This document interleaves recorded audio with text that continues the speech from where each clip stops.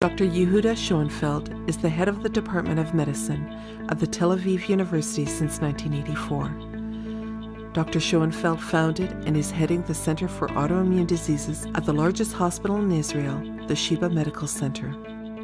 Recently, he has opened the new Zabludovic Center for Autoimmune Diseases. His topic is Asia, autoimmune syndrome induced by adjuvant, a new syndrome to be defined. So now, how did I come to the story of the vaccines? Being an autoimmunologist and dealing with patients as well as doing basic research, I was called by lawyers to defend or to support some claims for vaccine-induced autoimmune diseases. And I saw it as a challenge. First of all, I'm the son of a lawyer. So I said, if I couldn't be a lawyer and just a simple physician, I will try to imitate and to see if I can be a lawyer too. If I can convince them that vaccine can be one of the many factors which may induce autoimmune diseases. And I gained a lot of experience. I have appeared many times in the US courts. I've appeared in other courts, including in my country and sometimes in Norway and so forth. So this gave the impetus to what we call the Asia, so it's called autoimmune syndromes, not one syndrome, induced by adjuvants, not by adjuvant, by one adjuvant. So it involves also vaccine-induced, and as you will see, autoimmune diseases, but eventually you will see that not necessarily they are autoimmune diseases, but it may be autoimmunity, and it may be an auto-inflammatory condition. And now I would like to start from the clinical point of view, and I will show you just 4 or 5 slides about one autoimmune condition. It's called vasculitis. Vasculitis is actually inflammation of the blood vessels. It's a systemic disease. It may involve the brain, the gastrointestinal tract, the lungs, the heart, the muscle, and so forth. So these are 4 presentations. These are just case reports, only case reports, in which the author, different authors, believe that there is some kind of an association between a vaccine and the appearance of the inflammation of the muscles. And you can see that all of them involved, as you can see, different vaccine. Here it's the vasculitis which was induced by influenza vaccine. This is by typhoid vaccine. And here we had by BCG. These are another 4 cases, as you will see. All of them were caused by meningococcal vaccine. So this is, you see the purpureal inflammation. These are spots which are caused by semi-clotting in the area, and all of them were generated by meningococcal vaccine. And last but not least, another different situation in which we have just inflammation of the superficial vessels, all of them caused by influenza vaccines. And this is just a summary that we have done about 4 adult patients. In all of them, there was a specific autoantibody, the pathogenic autoantibody which caused the inflammation. And these 4 cases actually join another 33 cases. So this is one of the problems, to convince the medical world that indeed vaccine may be one of the environmental factor which cause full-blown autoimmune condition, because most of the reports in the literature were just case report, because it depends on the attention of the physician and if he takes the good past history to associate it with the vaccine. Now, this is the main diagram that I'm being recognized by that because of our first book that I published already in 1989, which is called The Mosaic of Autoimmunity. So you see that you need different genetics, and specifically the genetic markers, which are called HLA. There are other. I will not talk now about vitamin D, just to explain why when you go farther away from the equatorial, you have increased incidence of autoimmune disease. It's just the amount of exposure to the sun, the UV radiation, and the amount of vitamin D. And we do know today that the best way to prevent autoimmunity today, which is very cheap and quite effective, is to take tablets of vitamin D in high dosages, more than 2,000. And even myself, I take 2,000, and all my family take. It's good also for heart disease. It's good for to prevent cancer. It's good to prevent infections. So why not to take vitamin D? It's cheap, it has no side effect, and it's effective. And last but not least, here you can see the different aspects. And today I will speak especially about the adjuvants. So today we know that if you want to encounter an autoimmune disease or get an autoimmune disease, you need the combination of environmental factors together with a genetic background. Otherwise, you will not develop the disease. This is a paper that we have published recently in Lupus, which is called Adjuvant and Autoimmunity. These are my beautiful colleagues. And I would like just to describe what is adjuvant, even though there are experts here who knows better than I do what is adjuvant. And one of the famous ones is alum.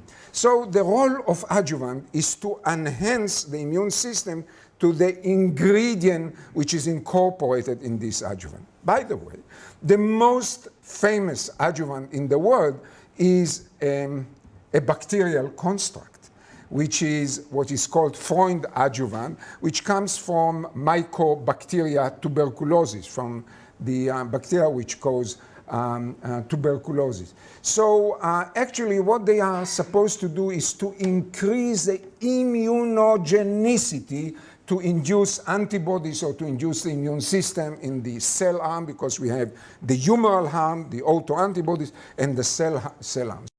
And somehow these adjuvants, what they do, they stimulate receptors, and there are many receptors. Right now we know that there are 13 different toll-like receptors in which the adjuvants can stimulate these receptors to enhance the immune reaction against the antigen. So that's actually what the adjuvants are doing.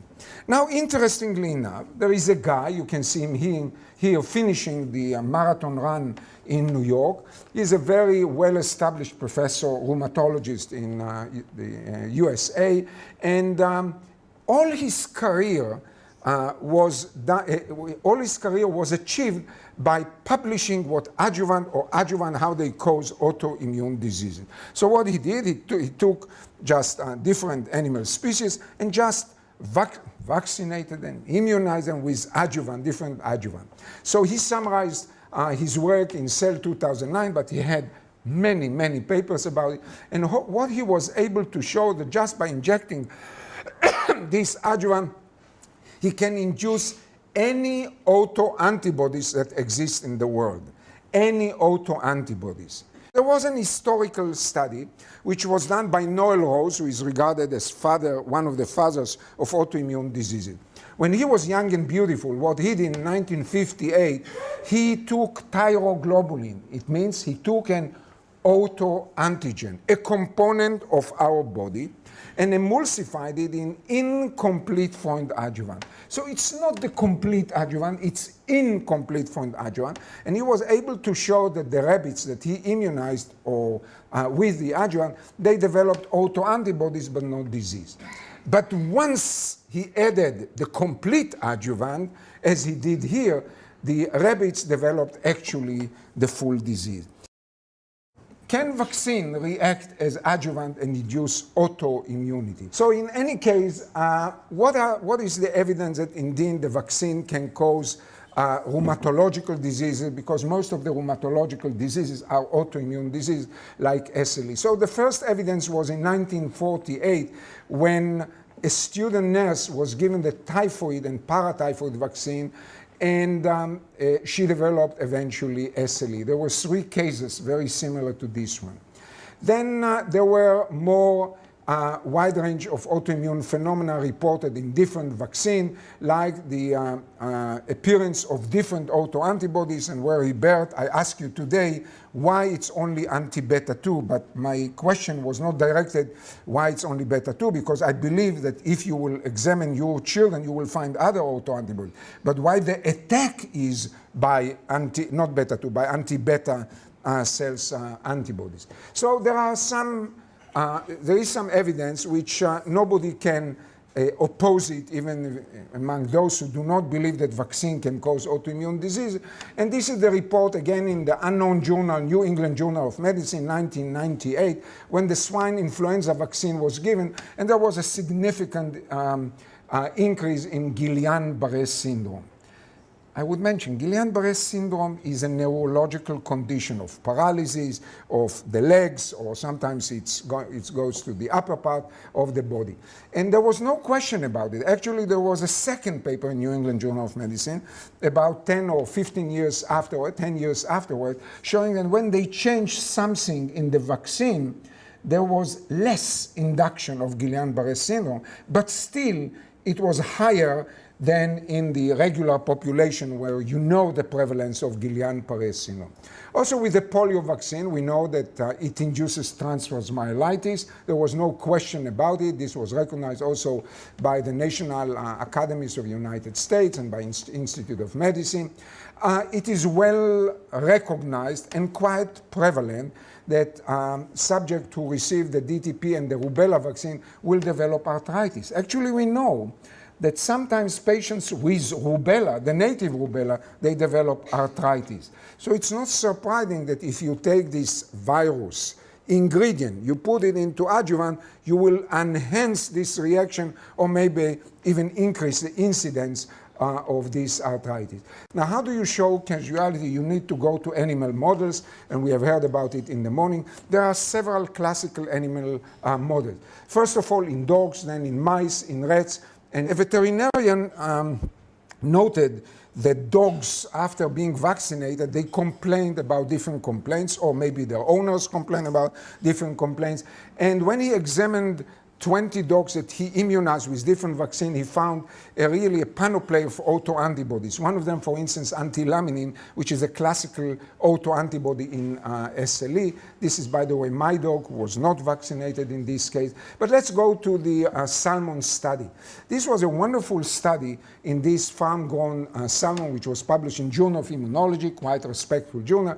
And they did all the groups that even I believe Beatrix will be happy with the controls. And what they found that the salmons who were vaccinated with the vaccine developed different autoantibodies. Among them, you can see very notorious antibodies like anti-double-stranded DNA, which is associated with SLE, and anti-beta-2 GPI, which is associated with clotting in the anti-phospholipid syndrome. So when he PM'd his salmons, he found remarkable pathological lesion, as you can see here, with thrombi. I spoke about coagulation, and also kidney lesion, which resemble very much the kidney lesion that you can see in SLE. So then he published another paper in the journal Lupus, and he was able to show that some of the salmons have changes in their bones, or joints, which resemble very much the panus-like changes that you can see in rheumatoid arthritis. Another model, a very nice model, is in alopecia areata. It's baldness, but you don't have hair anywhere in your body. And I have to say that the NIH gave a lot of money to study this peculiar autoimmune condition because it's very accessible for biopsies, because it's in the skin, so you can analyze it. And indeed, the autoantigen was found.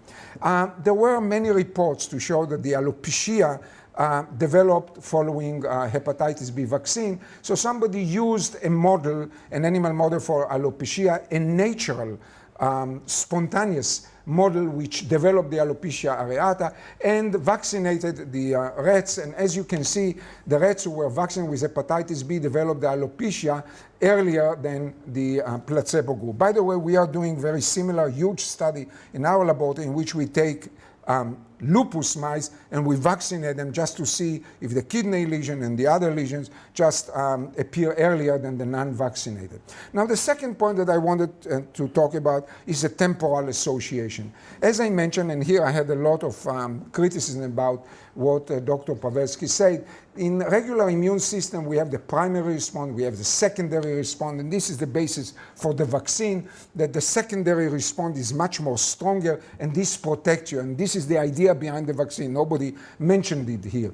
And so what happened is that the secondary response is quicker, and usually it takes about the first response about 2 to 3 weeks. And this is the idea why the judges and the special master are looking for this period of 21 days to show the cause and effect relationship. It's 3 weeks. But we know that, as I mentioned before, and this is again a paper in the unknown journal, New England Journal of Medicine, showing that autoantibodies may proceed by years. There is some kind of a long incubation time, as well as there are other studies which I show here.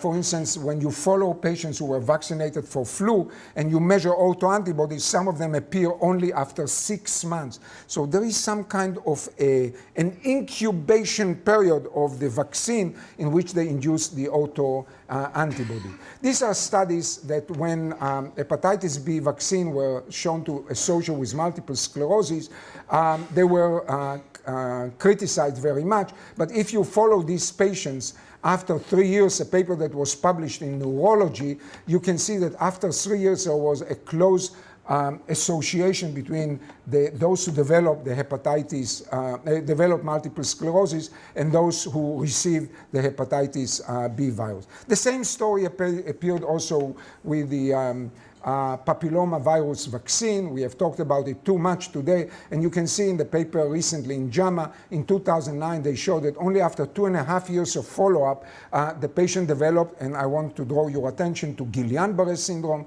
transfer myelitis. So you can see that most of the manifestation were neural manifestation.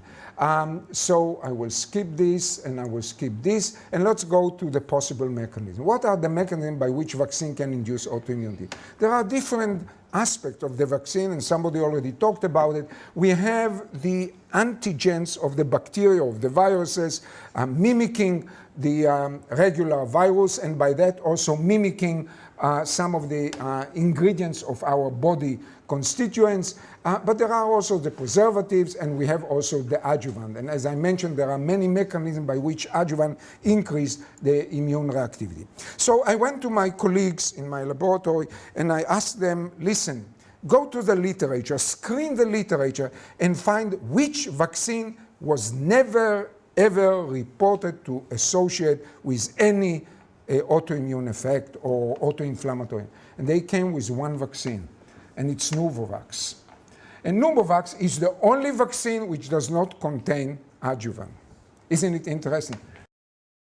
There is another aspect, because we'll hear an extensive talk from Romain. When I read his papers, I had another inspiration, because he showed very clearly that the macrophage myofasciitis is associated with the adjuvant, and specifically the alum. And these are some pictures which I've taken from his book, but I would like you to draw against your attention to the clinical manifestation. Myalgias, chronic weakness, severe weakness, and sometimes also neurological manifestation. If I remember well, in your first paper, you published that 1/3 of the patients developed eventually multiple sclerosis. And the time period, again, was not 21 days or 2 months or 3 months. It came up to 8 years. So it shows that there is a long incubation time. This is the paper that I discussed with you about the appearance of macrophage myofasciitis in children. It came out from Israel. So we have infections. We have vaccines. We have the Gulf War syndrome, and most probably also chronic fatigue syndrome or the sick building syndrome. What they have in common is the adjuvant, the chronic stimulation of the immune system, which induces most probably cytokines which are responsible for the chronic fatigue, and they are also infiltrating into the brain to induce the damage in the brain. Thank you very much for your attention.